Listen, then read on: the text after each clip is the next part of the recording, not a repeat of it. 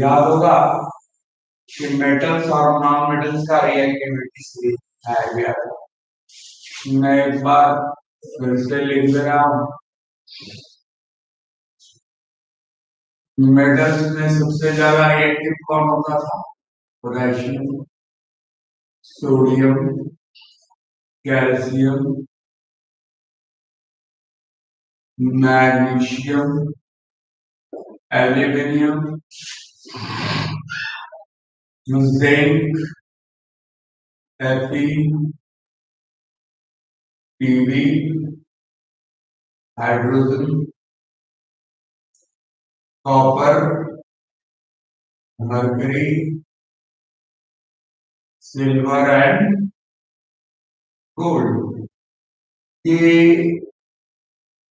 Metals का reactivity सबसे कम reactive gold और सबसे ज्यादा रिएक्टिव। उसी तरह नॉन मेटल का था सबसे ज्यादा रिएक्टिव क्लोरीन, उसके बाद oxygen, chlorine, nitrogen, bromine, iodine, sulphur, carbon, phosphorus और लास्ट में इसका भी एरोहेड शो कर रहा है कि नीचे से ऊपर जाने पर रिएक्टिविटी सीरीज रिएक्टिविटी ऑर्डर बढ़ता जा रहा है। डिस्प्लेसमेंट रिएक्शन हो गया कि more reactive metals displaces less reactive metals from their salt solution। Heading डाल लीजिए displacement reaction. Displacement reaction, displacement reaction कहते किसको है? अरे पावर कट हो गया।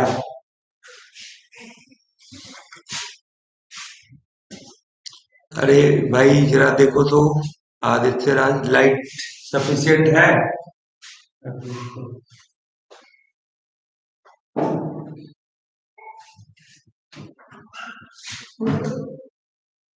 बिजली चली गई यार। लाइट सफिशिएंट है?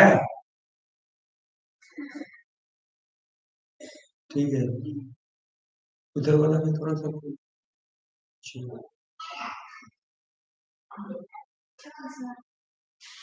ठीक ठाक है या डार्क हो है? अच्छा ठीक। Displacement reaction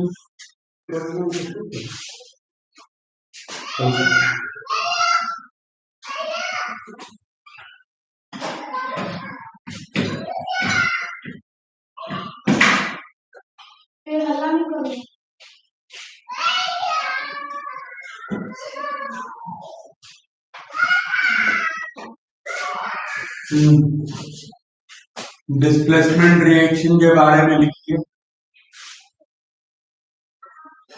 more reactive metals displaces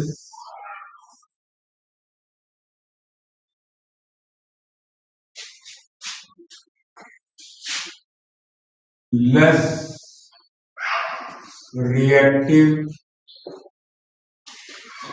non-metals from their salt solution।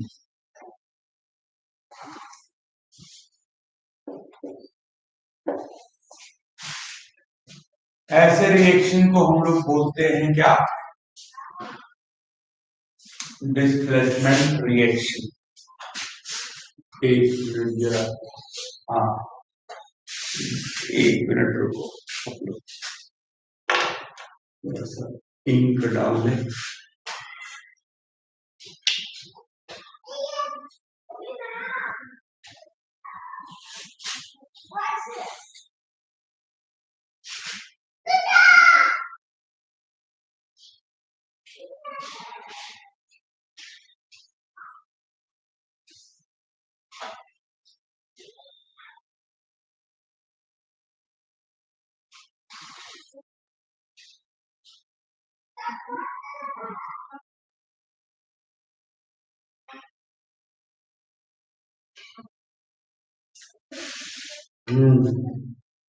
Displacement reaction के बारे में हम लोग थोड़ी सी जानकारी ले लें, फिर एग्जाम्पल्स वगैरह।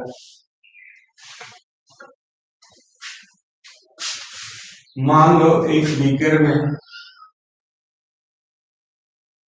हमने रख लिया क्या, कॉपर सल्फेट का सॉल्यूशन CuSO4। इस सॉल्यूशन का कलर याद रखना, इसका कलर होता है क्या, ब्लू, क्योंकि इसमें कॉपर आयन पाया जाता है। उसी तरह FeSO4, ये भी एक सॉल्ट सॉल्यूशन है और इसका कलर होता है ग्रीन। इसी तरह एल्यूमिनियम सल्फेट भी ले सकते हो, Al2SO4O3। इसका सॉल्यूशन यदि लेंगे तो इसका कलर ग्रेइश व्हाइट होता है, या व्हाइट भी लिख सकते हो। जिंक सल्फेट यदि आप लेते हो, जिंक सल्फेट का सॉल्यूशन यदि लेंगे तो इसका कलर कलरलेस होगा। हाँ, अब ये कलर चेंज होंगे तो हम कहेंगे कि रिएक्शन हुआ, अदरवाइज नहीं हुआ।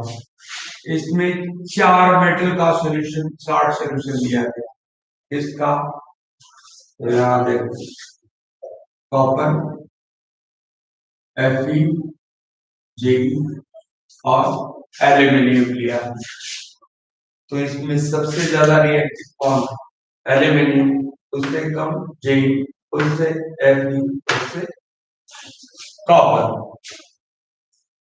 अब ये डिस्प्लेसमेंट रिएक्शन क्या होता है कि यदि किसी बीकर में हमने ले लिया, इसका कलर क्या, इस बीकर में लिया हमने कॉपर सल्फेट,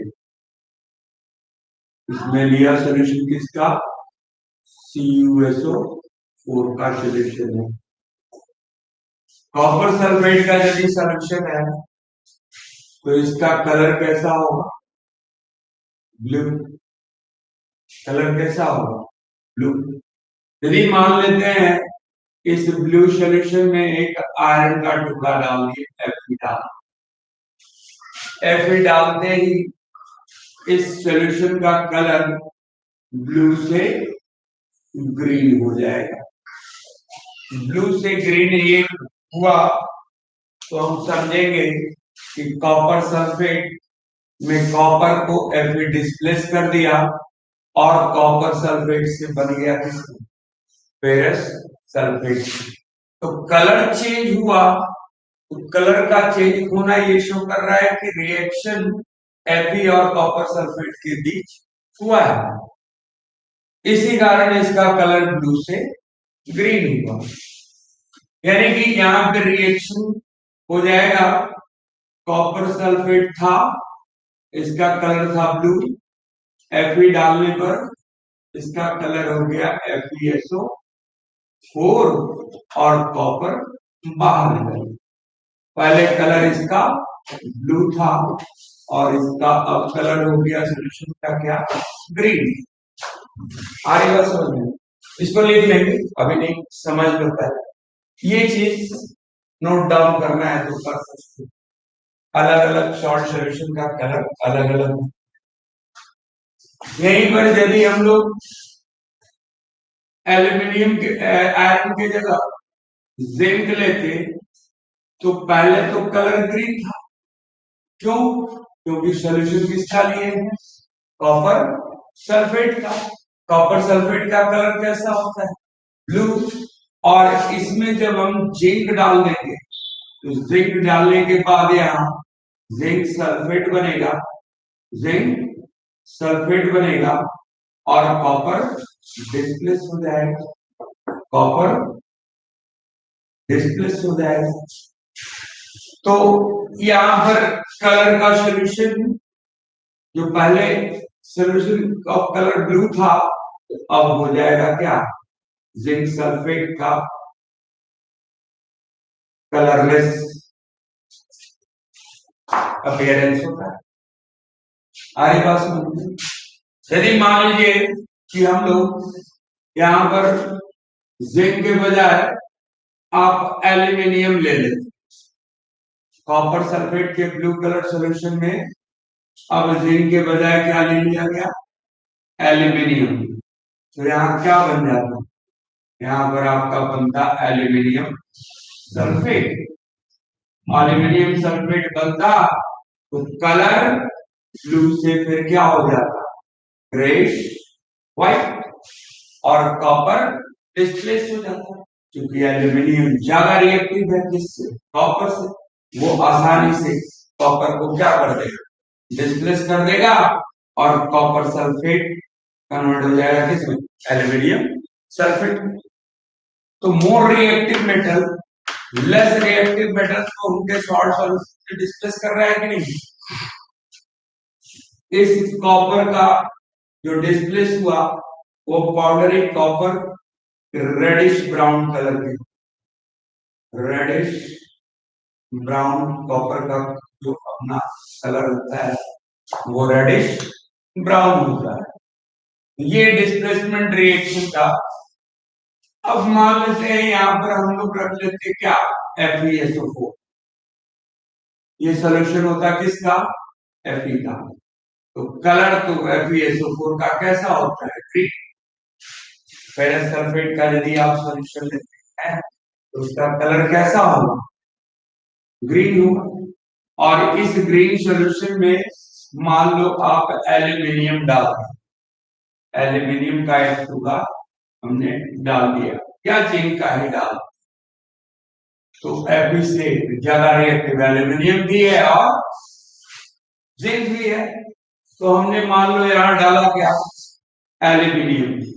तो FeSO4 का जो सोल्यूशन ग्रीन था, इसमें एल्यूमिनियम डालते ही ये रिएक्शन के दौरान एल्यूमिनियम सल्फेट बनाएगा। हम लोग बैलेंस कर लेंगे अभी समझ, प्लस कॉपर। ये कलर फिर ग्रेइश व्हाइट हो जाता है। तो ये कलर चेंज होना शो करता है कि रिएक्शन हुआ। यदि यहीं पर एल्यूमिनियम के बजाय हम लोग जिंक रख देते तो रिएक्शन होता है नहीं? बिल्कुल होता, क्योंकि जिंक ज्यादा रिएक्टिव है किससे? Fe से। और यहाँ पे रिएक्शन क्या हो जाता? Fe अभी लिखना नहीं है, समझ लेता है। यहाँ पर क्या बन जाता? तो जिंक सल्फेट बन जाता, ZnSO4, और इसका कलर कलरलेस हो जाएगा और reddish brown Fe, sorry Fe अलग डिस्प्लेस हो जाएगा। उसी तरह से मान लिया जाए कि यदि हम यहां पर कॉपर लेते तब क्या होता? कॉपर लेते तो क्या होता? कॉपर देखो Fe से कम रिएक्टिव है, Fe से कम रिएक्टिव है। तो क्या कॉपर फेरस को यानी आयरन को फेरस सल्फेट के सॉल्यूशन से अलग कर पाएगा? डिस्प्लेस कर पाएगा? नहीं। क्यों? क्योंकि कॉपर कम रिएक्टिव। अब कॉपर कम रिएक्टिव है तो कैसे पता चलेगा कि रिएक्शन हुआ भी या नहीं? तो सॉल्यूशन का कलर इनिशियली क्या था? ग्रीन था। कॉपर डाले, कॉपर के टर्निंग्स को डाला गया, डालते ही यहाँ पर कलर चेंज नहीं होगा। सॉल्यूशन ग्रीन था, ग्रीन ही रह जाएगा। No reaction. How did you know that reaction doesn't take place? To says color doesn't change. क्योंकि कलर यहाँ पे जो ग्रीन कलर था फेरस सल्फेट का, वो कलर चेंज नहीं होगा। आगे बात समझ। तो हम लोग पता किससे कर रहे हैं? तो कलर चेंज होने से ही हम लोग पता कर रहे हैं। और कलर चेंज हुआ इसका मतलब कि रिएक्शन हुआ। कलर चेंज नहीं हो रहा है यानी कि कोई रिएक्शन नहीं हुआ। आई बात समझ में? अब आइए इस रिएक्शन को हम लोग वन बाय वन करके देखें। इसको नोट डाउन कर चुके हैं तो मैं रफ कर दूं क्या? और मैं रफ इस रिएक्शन के बारे में तो आप लोगों को लिखने के लिए भी आता है। हम लोग पहले कॉपर सल्फेट और आयरन वाला रिएक्शन लिख लेते, दो शब्द लिख लेते हैं, उसके बाद रिएक्शन। डिस्प्लेसमेंट रिएक्शन के बारे में डिफाइन हम लोग कर चुके हैं। एक क्वेश्चन के रूप में लिख, what happens when when iron nail,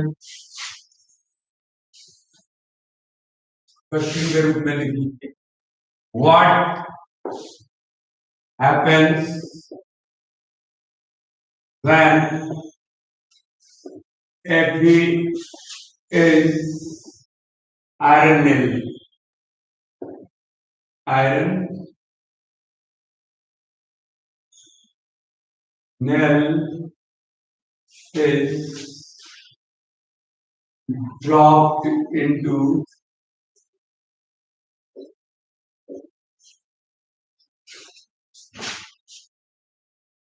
copper sulfate solution।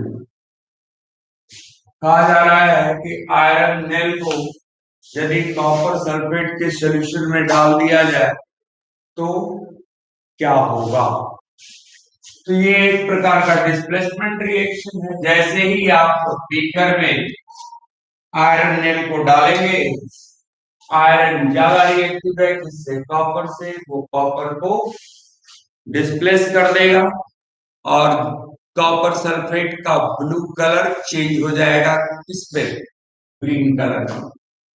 Green colour क्यों आया? तो due to formation of ferrous sulphate. और reddish brown copper settle down हो जाता है कहां पे? बॉटम पे। तो लिखिए इसका answer,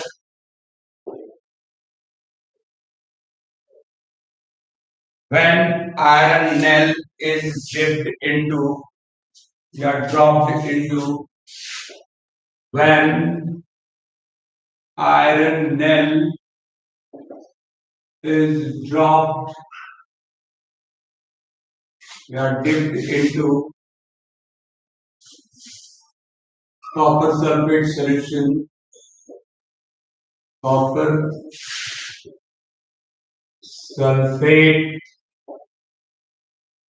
solution, its blue color, its blue color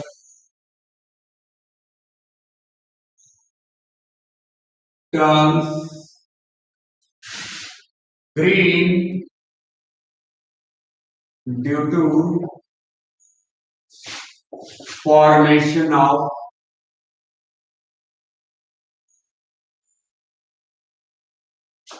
gas green due to formation of ferrous sulfate. Ferrous sulfate and reddish brown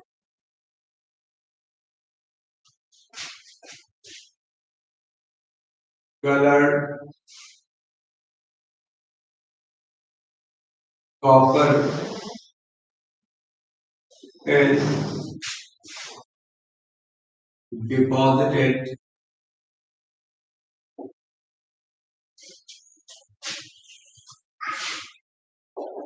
at the bottom of beaker या कंटेनर बिगर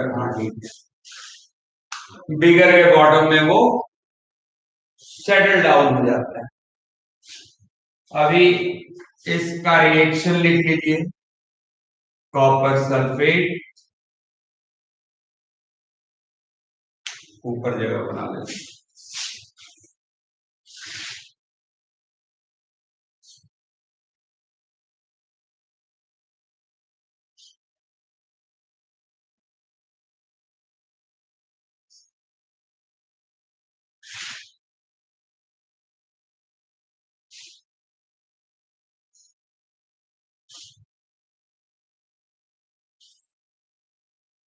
कॉपर सल्फेट प्लस आयरन लिखो reaction copper sulphate CuSO4 plus Fe plus Fe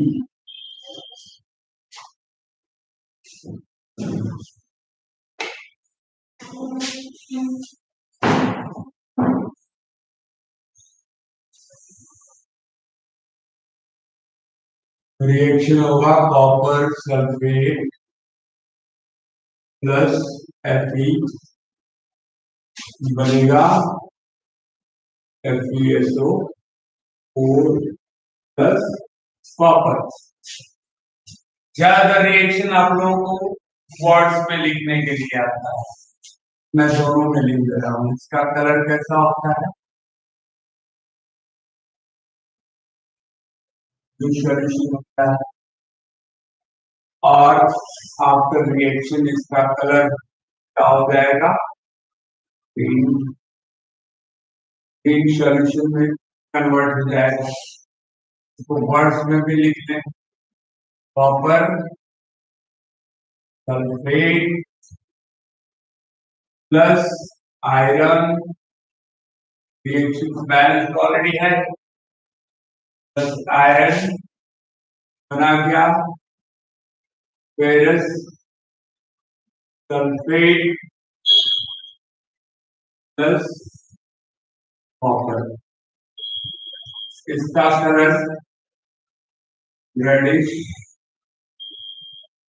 brown colour का हो copper. ये reaction words में भी लिखने के लिए ज्यादातर आता है और केमिकल इक्वेशंस भी इसी टाइप का और भी बहुत सारे रिएक्शंस इसमें बनाए जा सकते हैं। जैसे आपसे पूछ सकता है कि what happens when zinc granules are dipped into copper sulfate solution। Copper sulphate की सॉल्यूशन में यदि जिंक डाल दे तो क्या होगा ज़ेड। फिर एक बार ये डिस्प्लेसमेंट रिएक्शन दिखाए यानी कि आपको कॉपर सल्फेट इसका कलर कैसा होता है ब्लू और इसमें हमने डाल दिया क्या, जिंक। जिंक कॉपर से ज्यादा रिएक्टिव है, ये बना देगा क्या, जिंक सल्फेट और प्लस कॉपर। ये इसका कलर जो है वो कलरलेस हो जाएगा। समझ में आएगा, इसको वर्ड्स में भी लिख सकते हो आप, कॉपर सल्फेट प्लस जिंक बनेगा क्या, zinc sulphate plus copper. Words problem भी ज्यादातर पूछा जाता है, आप दोनों समझ। और एक दो रिएक्शन, जैसे मान लो कि आपको कॉपर सल्फेट के सॉल्यूशन में एल्यूमिनियम का टुकड़ा डालो, कॉपर से ज्यादा रिएक्टिव एल्यूमिनियम है, तो रिएक्शंस क्या बनेंगे, कोशिश करो।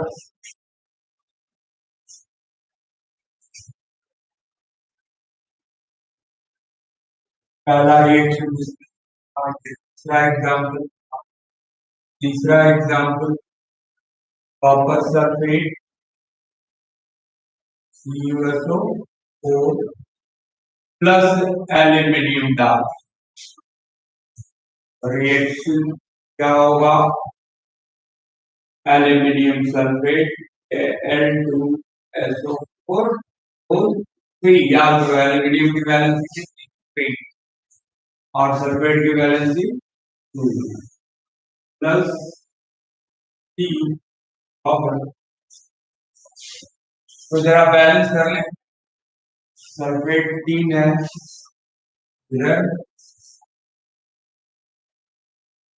3 से मल्टीप्लाई हो, और एल्यूमिनियम जो है यहाँ 2 एल्यूमिनियम लगा हुआ है कॉपर, इसका कलर क्या होता है, ब्लू, और ये क्या हो जाएगा, वाइट। तो वर्ड्स में भी लिख, copper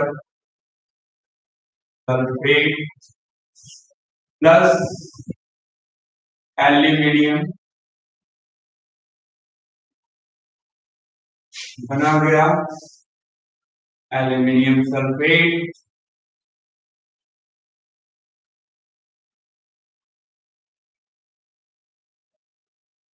plus copper displacement, solution का कलर लिखते व्हाइट हो जाएगा। हमारी बात समझ, यही पे यदि आपको ये दिया दे दिया जाता कि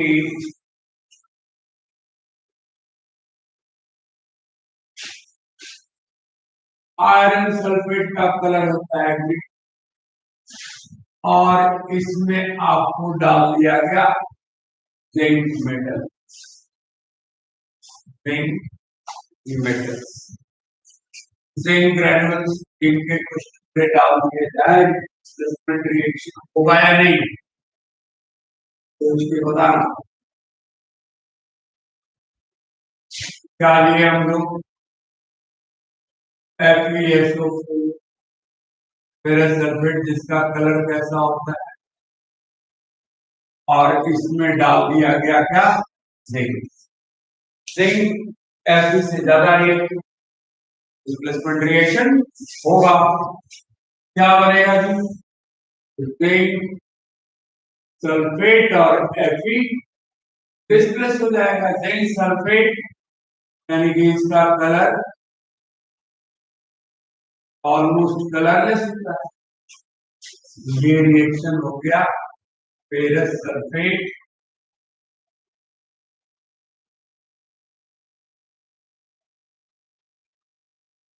प्लस जिंक बना गया zinc sulphate, colourless solution of zinc sulphate, iron अलग हो गया। क्लियर है? एक रिएक्शन और जैसे हमने ले लिया चौथा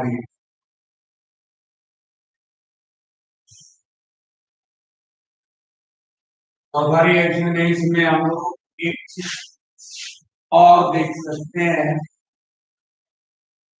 कि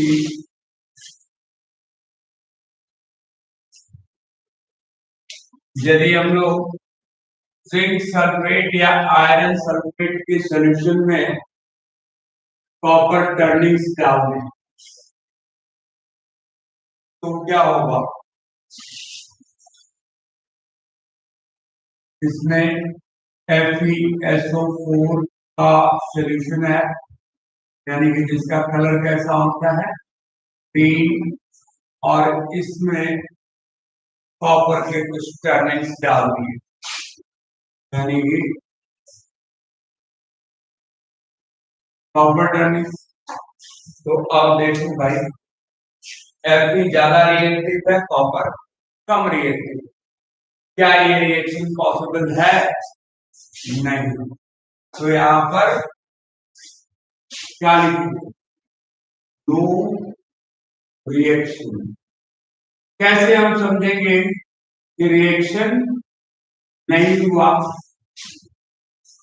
क्योंकि कॉपर डालने पर फेरस सल्फेट का जो ग्रीन कलर है वो चेंज नहीं होता है, चेंज नहीं हुआ। चेंज नहीं हुआ तो इसका मतलब रिएक्शन नहीं हुआ। कॉपर Fe से कम रिएक्टिव है, इसलिए तो चेंज इन कलर, कलर में कोई चेंज आपको देखने को नहीं मिलेगा। क्लियर है? अब यदि इसी तरह से आपको यहाँ पे दे दिया जाता कि जिंक सल्फेट, इसको वर्ड्स में भी लिखिए, वर्ड्स प्रॉब्लम भी ज्यादातर आता है, इसमें लिख लेना ferrous sulphate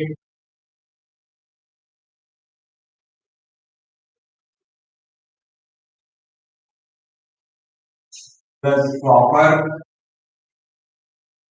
is equal to no reaction. Reason क्या लिखोगे? Copper is less reactive that,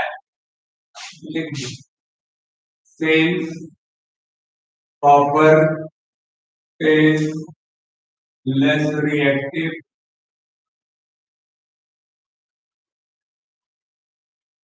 than iron। पूछ सकता है कि why green color of ferrous sulfate doesn't change when copper turnings are added to it। Copper turnings डालने पर green colour जो है वो चेंज क्यों नहीं करता है? जवाब होगा since copper is less reactive than iron, so its no reaction takes place, reaction doesn't take place and color doesn't change। Reaction हुआ नहीं कम रिएक्टिव होने के कारण। यदि एक रिएक्शन और लीजिए, यदि मान लीजिए कि आपको यहां हम डाल दे जिंक सल्फेट ले लिया जाए ZnSO4 और इसमें आयरन नेल डाल दे, इसका कलर तो कलरलेस हो। आयरन डालने पे इसका कलर कैसा हो जाना चाहिए? ग्रीन हो जाना चाहिए या नहीं? नो। क्यों? क्योंकि Fe जिंक से देखे क्या है? कम रिएक्टिव है। इसमें भी लिखेंगे क्या? No reaction. Why? Because Fe is less reactive than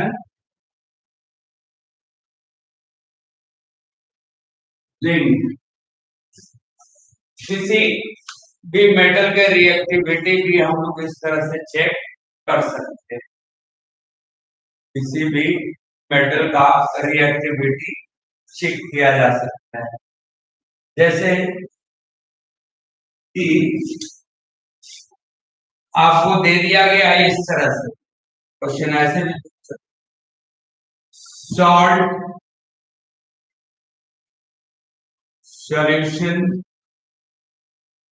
of metal ए है और इसका कोई कलर सपोज कर लो येलो है। इसमें एक मेटल बी डाले, ठीक है ना। सॉल्ट सॉल्यूशन किसका लिया गया, मेटल ए का, जिसका कलर कैसा है, येलो। और रिएक्शन के दौरान इसका कलर येलो से चेंज हो गया क्या, ग्रीन। तो ये क्वेश्चन है कि if it's colour changes from yellow to green, what does it mean. So it means metal B is more reactive than A।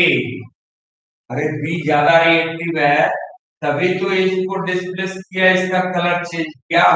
Colour change होने का मतलब हुआ कि यहाँ पर बन गया आपको क्या, solution of salt solution of salt solution of B बना और ए डिस्प्लेस हो गया। कलर चेंज हुआ, इसका मतलब है कि जिस मेटल को इसमें डाला गया है सॉल्यूशन में वो ज्यादा रिएक्टिव है और उसका कलर चेंज हुआ है। यदि कलर चेंज नहीं होता, कलर चेंज नहीं होता तो क्या कहते हैं, B is less reactive than A. पता नहीं समझ में आया। अभी तो क्या लिखेंगे, यहां लिखेंगे B is more reactive than A. B is more reactive than A। समझ में आ रही बात। यदि कलर चेंज नहीं होता, इसको भी लिखो। यदि मान लेते हैं कि हम लोग कोई शॉर्ट सॉल्यूशन लेते हैं ए का और उसका कलर चाहे जो रहे, येलो रहे, ब्लू रहे, पिंक रहे, ये डिफरेंट अलग अलग मेटल्स के आयन का कलर भी अलग अलग है। कॉपर आयन का कलर कैसा, ब्लू, इसी कारण कॉपर सल्फेट का कलर होता है blue. Green iron, iron ion का कलर होता है ग्रीन, इसलिए सल्फेट यानी कि सॉल्ट ऑफ आयरन दिखता है और सल्फेट। चलिए यहां पर ले लें सॉल्ट सॉल्यूशन ऑफ मेटल ए और इसमें हम डालें मेटल सी डाल दिए और यहाँ नो चेंज इन कलर दिखी, तो क्या इंफरेंस निकालोगे आप, कहेंगे इसका कलर था येलो और येलो ही रह गया, इस मेटल को डालने पे भी इसका कलर चेंज नहीं हुआ।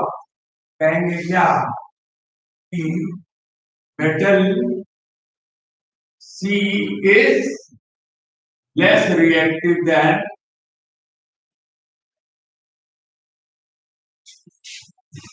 मेटल ए।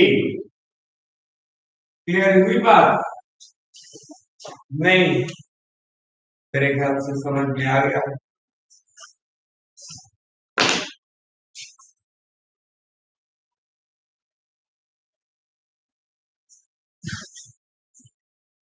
और आइए नॉन मेटल्स का भी देखिए। नॉन मेटल्स में हो गया एक एग्जाम्पल इसमें आप लोगों को है नहीं, लेकिन क्योंकि हर एक में हम लोग मेटल और नॉन मेटल का केमिकल रिएक्शन कंपेयर करते चले, तो इसको भी देखिए। Non metals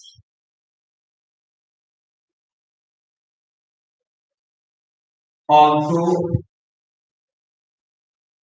shows displacement reaction.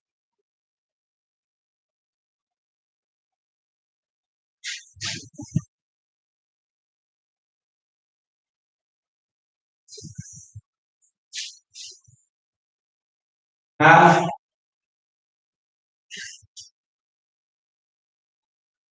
displacement reaction. अब यहाँ पे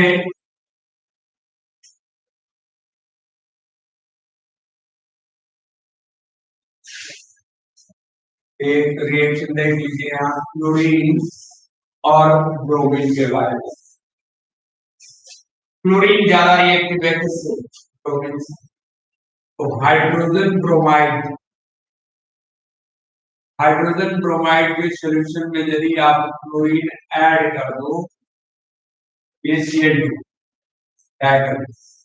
तो ये बना देगा हाइड्रोक्लोरिक एसिड, और ब्रोमीन को क्या कर देगा? डिस्प्लेस कर देगा। यहाँ क्लोरीन जो है तो HCl लगाओ, ब्रोमीन तो HBr लगा दो, बैलेंस। ये हो गया आपका क्या? हाइड्रोजन ब्रोमाइड, और ये हो गया आपका क्लोरीन। रिएक्शन के दौरान बना हाइड्रोजन क्लोराइड और प्लस ब्रोमीन गैस। ये डिस्प्लेसमेंट रिएक्शंस नॉन मेटल्स में भी चलते हैं, जिसमें कि more reactive non metal displaces less reactive non metals. हरी बात सुनिए, तो मेटल और नॉन मेटल में का एयर के साथ रिएक्शन, एसिड के साथ रिएक्शन, वाटर के साथ रिएक्शन, डिस्प्लेसमेंट रिएक्शन, चार तरह का देखें। अभी आप लोगों को पढ़ना है क्या? Uses of metals and non metals. Metals और नॉन मेटल्स का uses, metals and non metals का डिक्टेट कर तो लिख लोगे?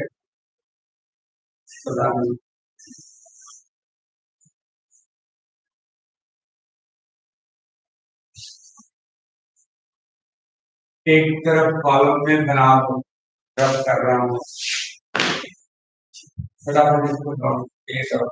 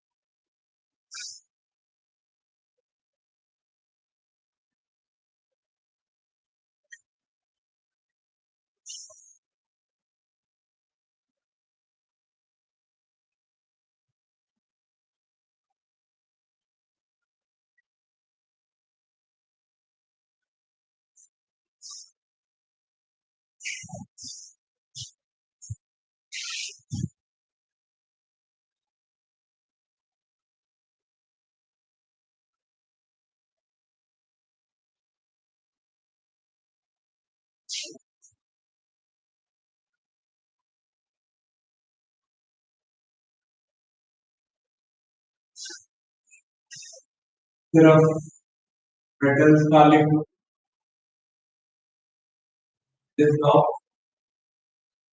मेटल्स, और दूसरा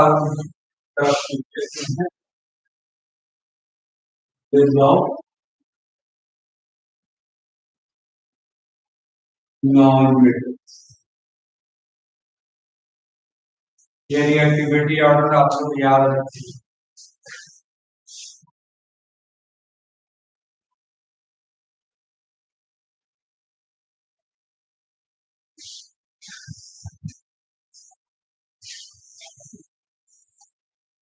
पहला इसमें लिखिए metals are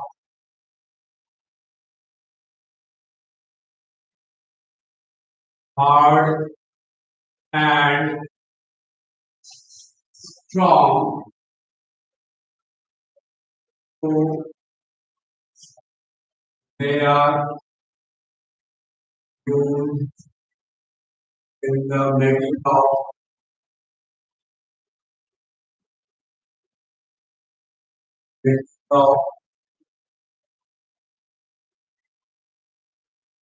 automobiles,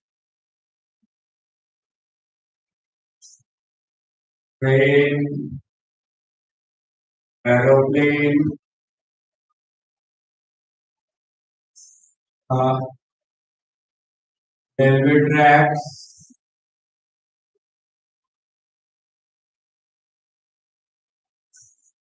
uh,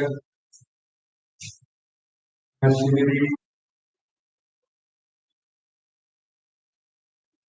machines वगैरह हैवी मशीन्स बनाए जाते हैं। दूसरा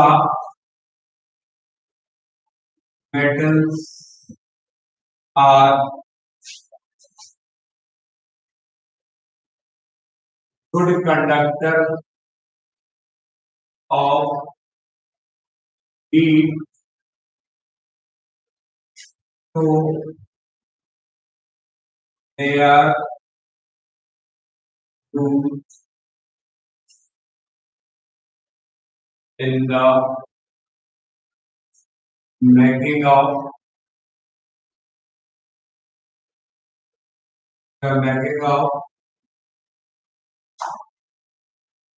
cooking utensils, cooking utensils,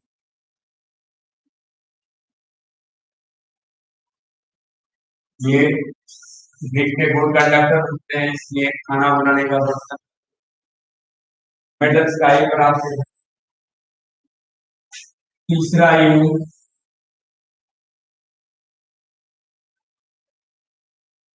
electrical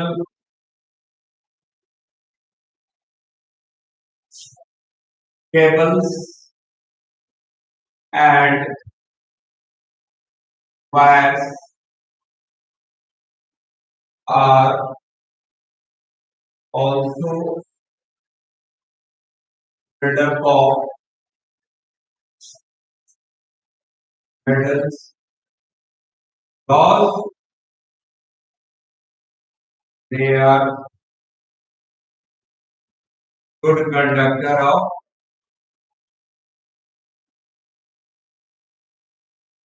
electricity। वाह, चौथा यूज लिख दो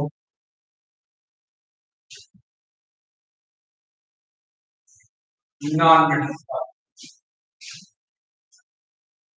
non metals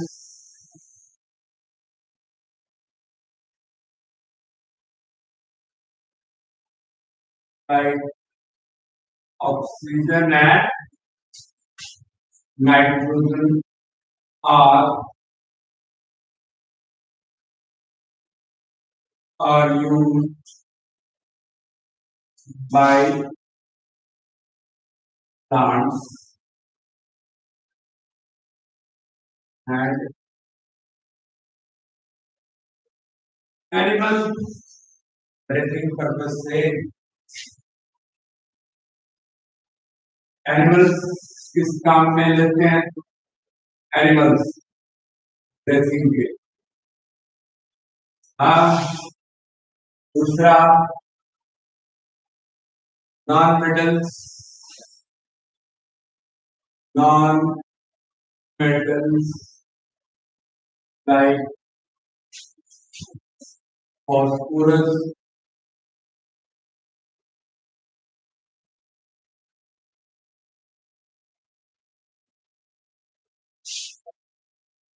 and sulfur are used in matchsticks and firecrackers. और भी बहुत सारे यूज है पटाखे में sulfur वगैरह का यूज मैचस्टिक में फॉस्फोरस प्लांट्स एंड एनिमल्स में ऑक्सीजन और nitrogen life sustaining gases animals खेती के लिए करते हैं non metals are non metals are also used in fertilizer. Fertiliser बनाने में इनका ज्यादातर पैर है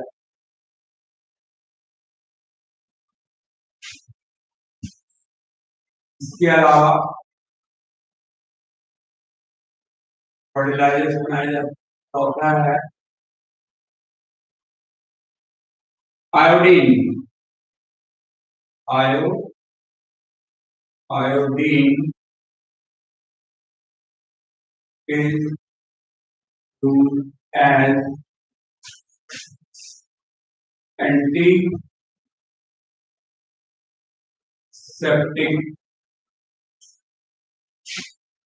इसका मेडिसिनल वैल्यू है जहाँ भी कट फट जाता है एंटीसेप्टिक में हम लोग आयोडीन का यूज करते हैं इसके अलावा इनका एक और यूज है हाँ ऑक्सीजन क्लोरीन का यूज हम लोग करते हैं bleaching powder purification of chlorine Cl2 chlorine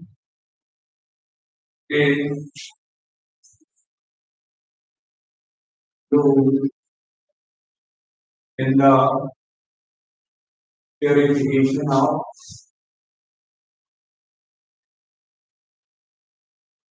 purification of water ये तीन चार यूज है मेटल्स और आपको एक और लिख लीजिए मेटल्स में metals are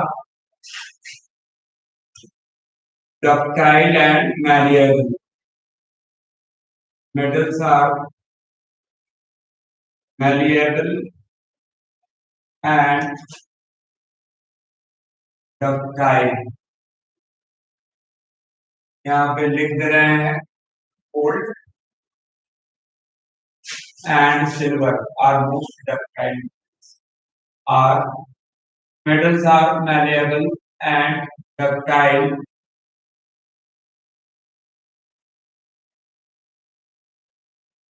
Gold and silver. Gold and silver are the most malleable and ductile metals. So they are used the making of ornaments. Ornaments. ये यहाँ तक यार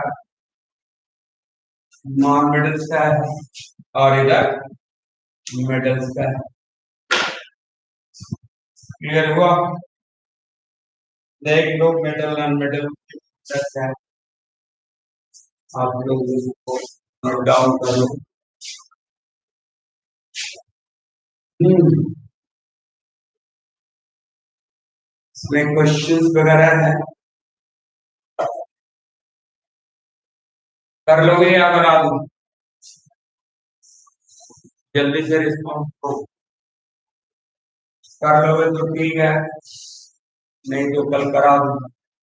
अदरवाइज अलजेब्रिक एक्सप्रेशन मैथ्स का एक चैप्टर पढ़ लो, बीच में फैक्टराइजेशन के पहले अलजेब्रिक एक्सप्रेशन था।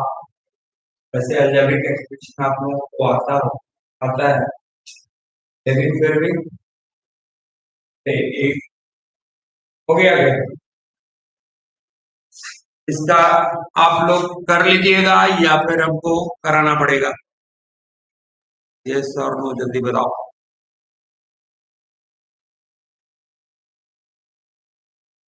क्वेश्चन आंसर एनसीईआरटी है, आपने अपने बुक का हो तो आप लोग करने का कोशिश कीजिएगा। इसका आंसर नहीं आएगा आपको व्हाट्सएप कर, नहीं तो कहो हम करा दें। पहले करो, आप लोग पहले करो, पढ़ चुके हो पूरा चैप्टर, एक बार कोशिश कीजिए आप। ठीक है, थैंक यू।